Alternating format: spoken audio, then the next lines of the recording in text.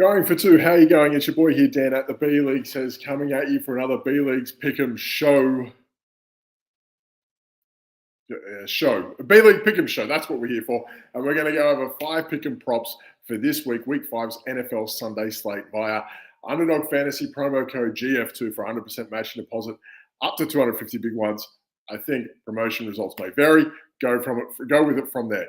It is Wednesday. I'm pre-recording for Sunday's show, so as always, check your lines as they come across over the next couple of days. We've had a little bit of movement in some of our props, which is cool, and I'm going to go over that with you as we kick on.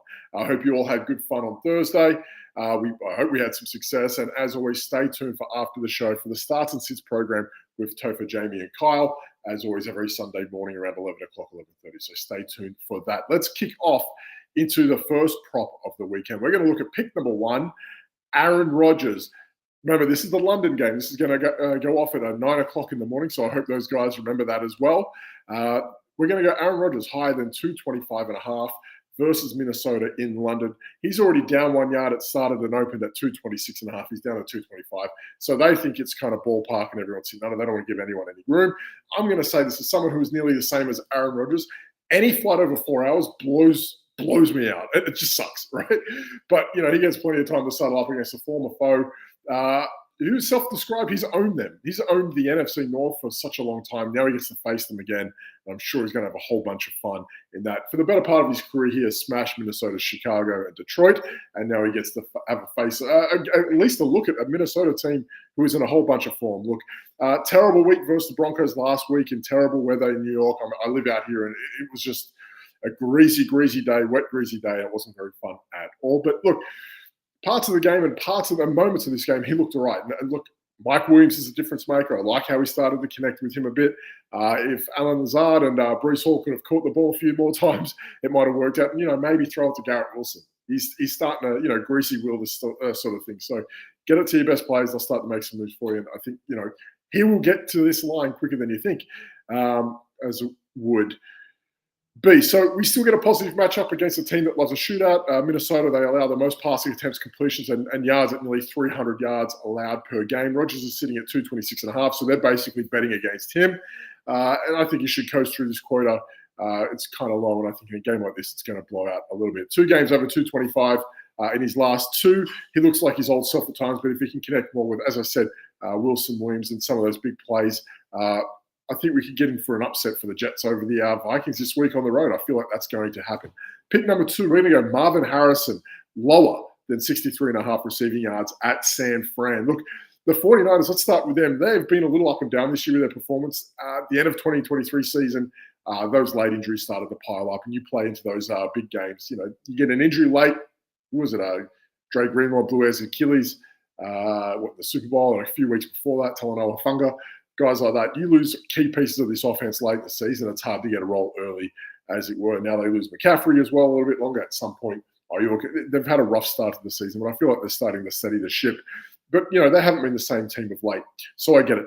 They've allowed about 150 yards per game to the receiver position over the last 4 games on average. So my hesitation about icing out the main receiver of the opposition comes with trepidation. But my gut feel is when I saw this was San Fran at home, could well ice out the Cardinals completely. And that pretty much starts with Marvin Harrison at this point. The only players they haven't iced out, which ironically is Justin Jefferson, who quite well be the best receiver in the game, and Tutu Atwell in a random game of, a broken play that went off. And that's pretty much it. I'm not saying that can't happen for Harrison. I'm just saying that the way they're going to play him, I don't think it will as well. But that's about it. And that's what I'm going with. So I feel like San Fran's going to ice him out. Look, Harrison, he started to become alive and pop off with moments after starting slow in his rookie campaign. But as we've seen with Kyler Murray's receivers, they go as he goes. If he's not having a good game, I know this goes without saying for a lot of quarterbacks, but specifically with Murray, when he starts to get skittish, it just turns to muck real quick. And I feel like if he's going to be struggling, and this could be a game where he does, we saw what happened against Washington. Everything could melt very quick for the Commanders, for the Cardinals this week. Harrison's successes come against some weak secondaries like Detroit and Washington. We saw what the Seahawks did against Detroit this week. They kind of went off, and you can get away with it in that regard. And and the Rams, he's been plugging about 6 for 80, I think, since week 2, and that's huge. So he's doing quite well since that week 1 game in Buffalo. But the concerns I have are weaker matchups and a erratic quarterback. I feel like I'm going to fade this line for him in week 5. Pick number 3, we're going to go with another wide receiver. Someone also who's been, a little up and down. We're going to go with pick number 3, Amari Cooper, higher than 56.5 receiving yards at Washington. He's now up 4 yards since Tuesday. People have been hammering the overs on this. They've raised it up a little bit more. I'm still going to go off on this. We are an 85-yard flag touchdown from having a different conversation about Amari Cooper, I think, and the Browns, because instead of going back-to-back games with minimal 80-plus receiving yards, we're looking at him having a few stinkers and one decent game as an outlier. He was there and he had that. It was a terrible flag call, and that should have been a touchdown, and that's where we should have been. But we're not. We're here not having that conversation. And the truth is, he's getting targets with 28 in his last 3. It's whether or not they stick to his hands and he makes the play. It seems like he's just not. It seems like he's not getting it, but he's really getting the work. And they're not pretty targets, but the work is there. And Watson, for what it's worth, I think he looked good against Vegas last week. He didn't have Max Crosby across from him, but that shoddy O-line is killing him. It's a surprise he can even get that much off. And yet there we were, an 85-yard touchdown away from both, and he had a massive week last week. Cooper might be able to break ground with Watson this week as a matchup against one of the worst pass Ds versus receivers in Washington is at our doorstep. The Commanders offer the 6th most yards per game to the position at 175 per week on average, and the most touchdowns. Have allowed 10 touchdowns to wide receivers this year. It's a meal on the menu. I think we'll have a big feast on this week. So I feel like he's going to have a big performance in week 5. Pick number 4, we're going to go Justin Fields, lower than 185 passing yards versus Dallas. The hysteria. Oh my God. Because he had one good game. Like, come on, what are we doing? He had one good game last week. Let's do this. Let's play a game. We're going to put the props aside for a second. Let's play a game. Could the amount of times Justin Fields has had passing yard games over 300, ready?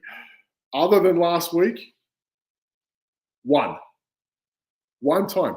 He has had one game over 300 passing yards in his career. One time. Aside from last week, that's 2 for his career. And that was in Denver over a year ago when Denver were mush. His quota is 185.5. Let's try this. How many times has he gone under 185.5 in his career? 28 times out of 44 games.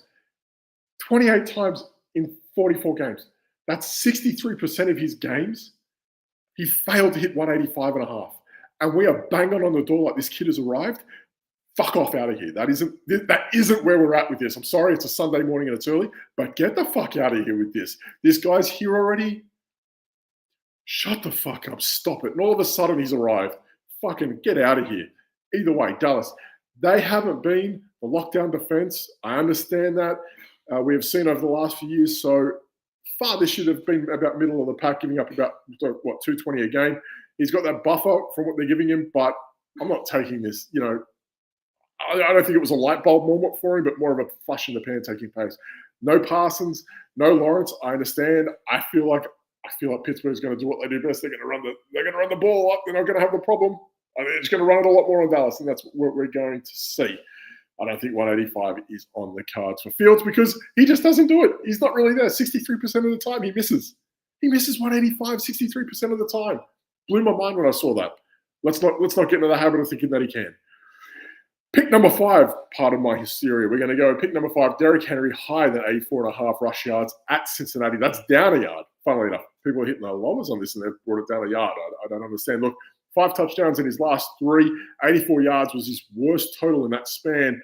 He's had 151 and 199 yards in 2 of his last 3 games. 151 and 199 rushing yards in 2 of his last 3 games. I didn't stutter. That's just what has happened. The Ravens are showing us who they are and what they are, and they are the smash mouth Mike Mularkey, Tennessee Titans that drafted this guy. This is where we're at. Smash mouth running game. That's who we are. Thank you very much for killing every receiver in Baltimore. That's wonderful. But, who needs to throw the ball? The Ravens don't. Why would you want it? And the Bengals, they can't start over again. They've allowed, an average of 115 on the ground alone through 4 games on average. 115, and they get this guy that's punched 151 and 199 in 2 of his last 3. Come on, get out of here. We have a team that will force feed Henry and Lamar Jackson setups to rush behind 6 to 7 linemen. That's what's going to happen against a team who can't penetrate the line and stop the ground game. We can book this one as an easy win for Derrick Henry. They are our 5 picks for this week. We've done this in 10 minutes. That's fantastic. As always, underdogfantasy.com, promo code GF2 for 100% matching deposit up to 250 big ones. We're going to wrap this up. But before I do, as always, stay tuned for the Starts and Sits show. Kyle Topher and Jamie, they're going to hammer this through, probably during the London game, which is the Jets and Vikings. Speaking of pick number 1, Aaron Rodgers, we're going to go higher than 225.5 passing yards versus Minnesota.